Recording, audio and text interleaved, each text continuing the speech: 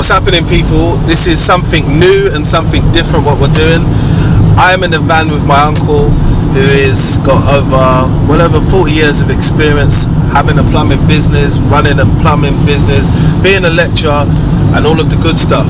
So one of the most common questions we want to be asked, or we asked as plumbers, is what's the biggest mistake young plumbers coming off the tools, going into construction work and getting contract work, like what's the biggest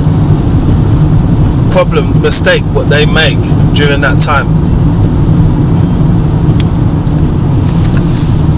Okay, well, I won't say it's a problem or a mistake, but what it is when you're working on the tools, you're normally working for someone, and they're taking all the risk and all the problems and pressures of the job. Yeah. You're just there just to install and support and get the job done. When you're taking on a job or a contract, therefore it comes with risk and other things. The risk of one, the price that you've given, you have to try and keep to. Second thing is, if the job has got a penalty clause, meaning that the job's got to be done by a certain period of time, and you overshoot that time, then that penalty clause kicks in, and then you end up paying back the main contractor or the client for not fulfilling your duties on time. On top of that, if you miss that date or miss that time, all your profit that you've built into the job is just lost in one hit. So you would say that, like, so someone who's like a sole trader, yeah, they're taking less risk compared to obviously a limited company who's going into contract work because of who's obviously in charge at the end of the day when it comes to that. Yeah, naturally. You're a sole trader, you can pick and choose, and you can scale up or scale down accordingly, meaning if you're doing a drainage job, then you might need someone else to come give you a hand to help do the dig out the footings and put all the pipes in, because two hands is easier than one, so you want to keep your body in good shape. There's no point in breaking your back. So would you say that a lot of plumbers who are coming from having the experience of being on the tools and now putting themselves in a position where they can get contract work, would you say that they have enough experience to be able to dive into that side of the industry? Because that side of the industry requires a lot of know-how, well, even book stuff as well, because you got to be up to the time when it comes to legislations, things you're allowed to do, clause of the contracts, and obviously reading through these contracts and all that, because you don't know, the hardest thing you're going to read other than that is a RAM or something, isn't it? Yeah, contract work it's got lots of implications because it ties you a lot more in to the client or the main contractor. So with contract work you need to have a varied amount of experience. Yeah. And once you've got that experience, not only with the experience, you have to have knowledge of how contracts are actually written, or not mainly written, is what is in the contract, and understand the terms. The other side of it is you have to make sure that you've got your paperwork up to date. Not keeping your paperwork up to date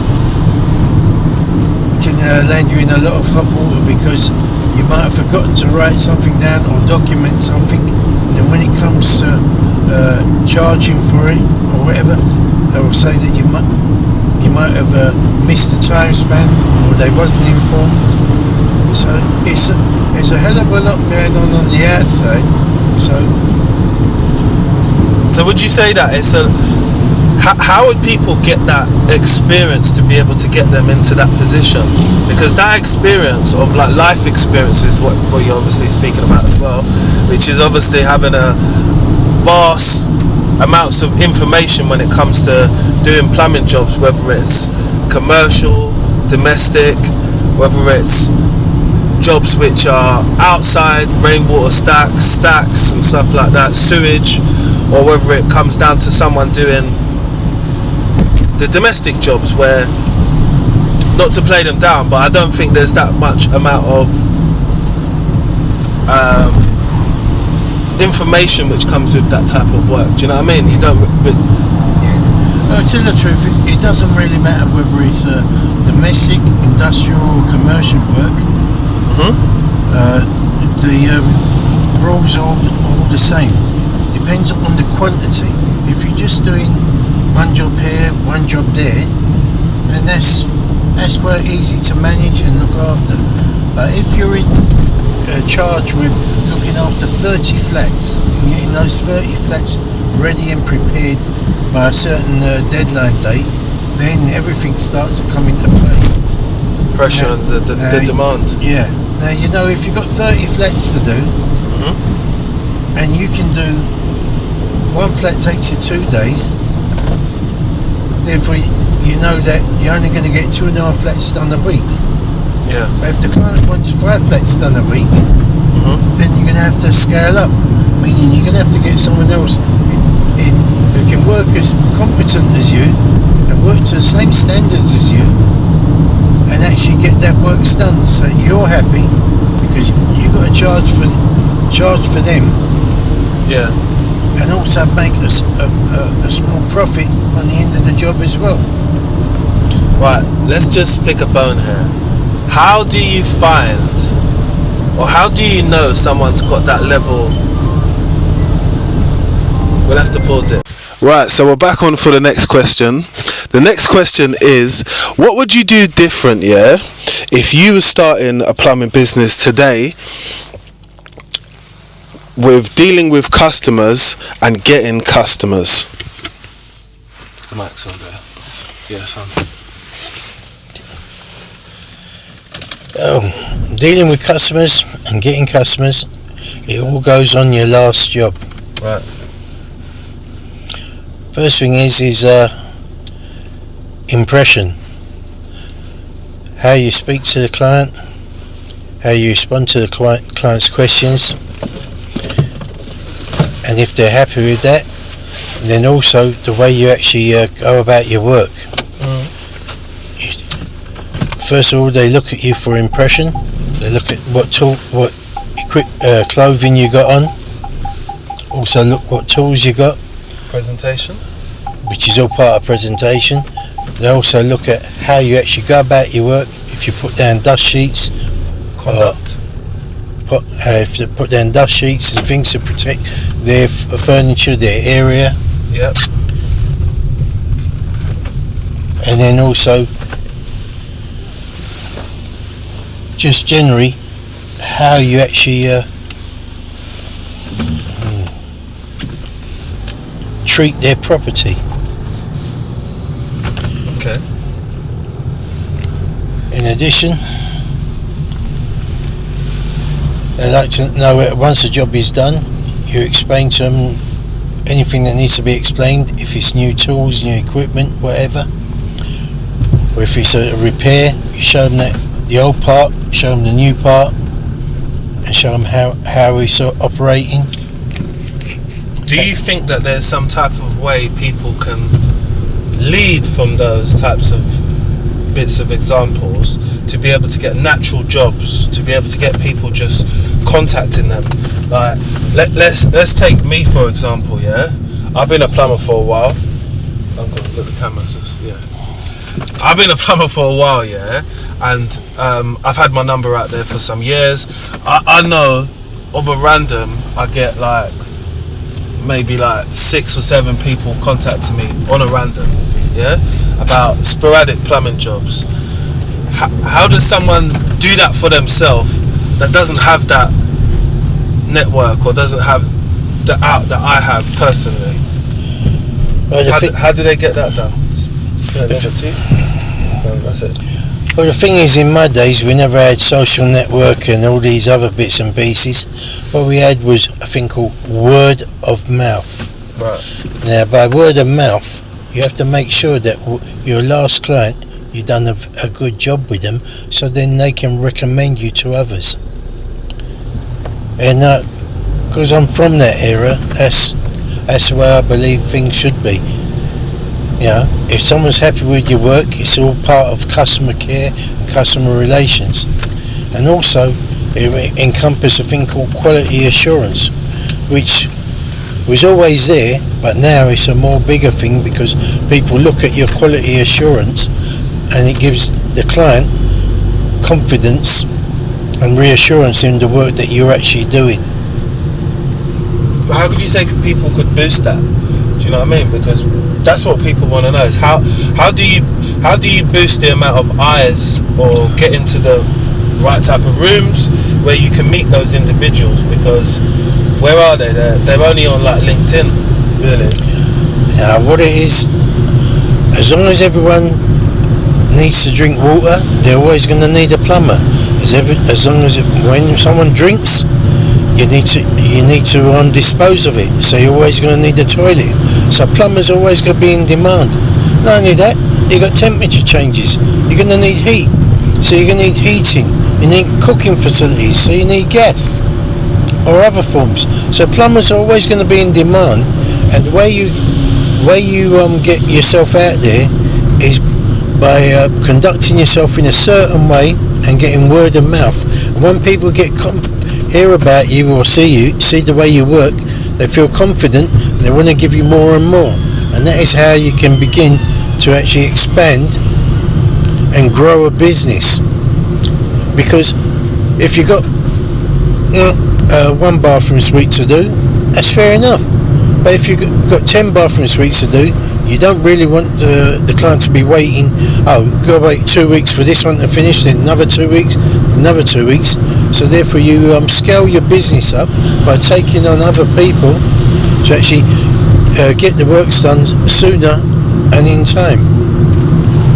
Okay. So one of the last questions which I looked up, which was, what's the best advice you've ever got about staying busy, making money and not burning out as a plumber?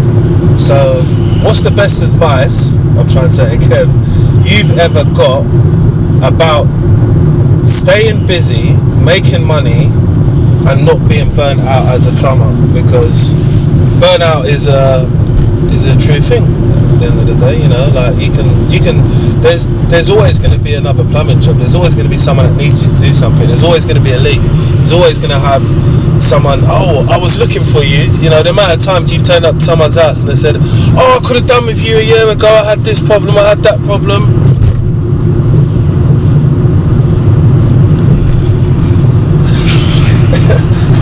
It's true. How many times have you heard that? That's like a song now, it should be. Yeah. So what's the best advice you've had over the years? Because I've had a lot of advice. I'll give you the advice what I got from Jack, yeah? So Jack was the only person that I've been apprentice of, and I've showed you a picture of him before. Really nice fella, good guy. He said to me, you're never going to be rich being a plumber, but you won't be broke. You'll have more money than your mates, but you won't be rich. And it's true, man. It's very true. Maybe I misfortunately picked the wrong type of friends, because back in the day I used to have a friend that used to play professional football and used to get 50 grand a week, and I've never got that. But what's the advice? Advice is basically know your limits, be humble, and then everything will grow. When you say knowing your limits, is it because as like hungry tradespeople we take on too much than what we can handle, work-wise? Yes and no. Because sometimes we go to jobs and it's like we see the potential and the earning potential, right? But the work you need to have a good day this day, good day the next day, good day the next day, even to get to where you need to be on the job to be closer to the completion. You get what I mean?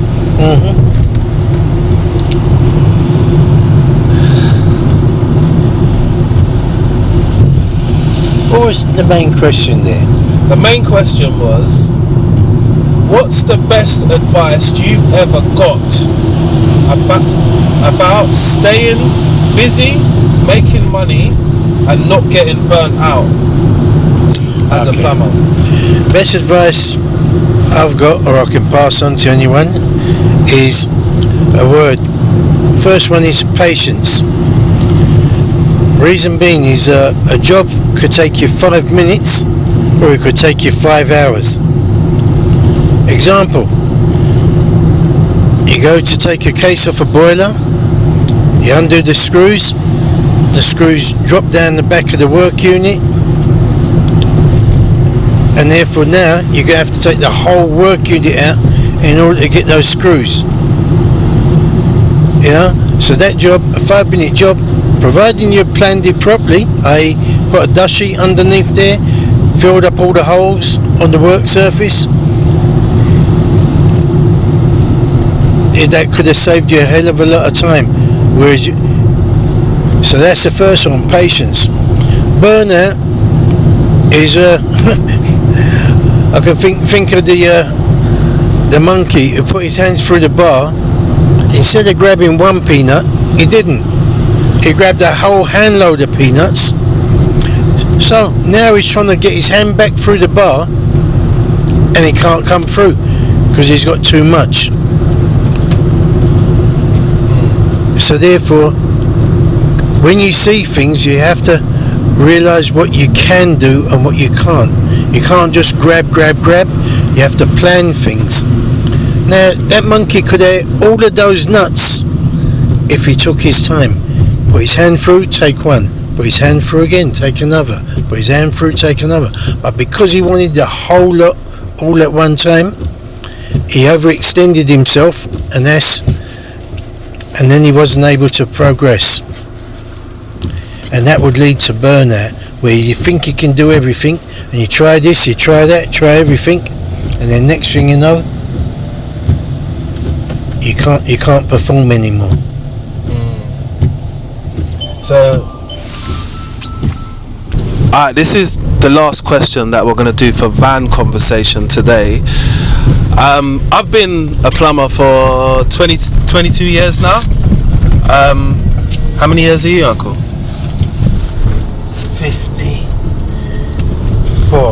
54 and 22 years, yeah?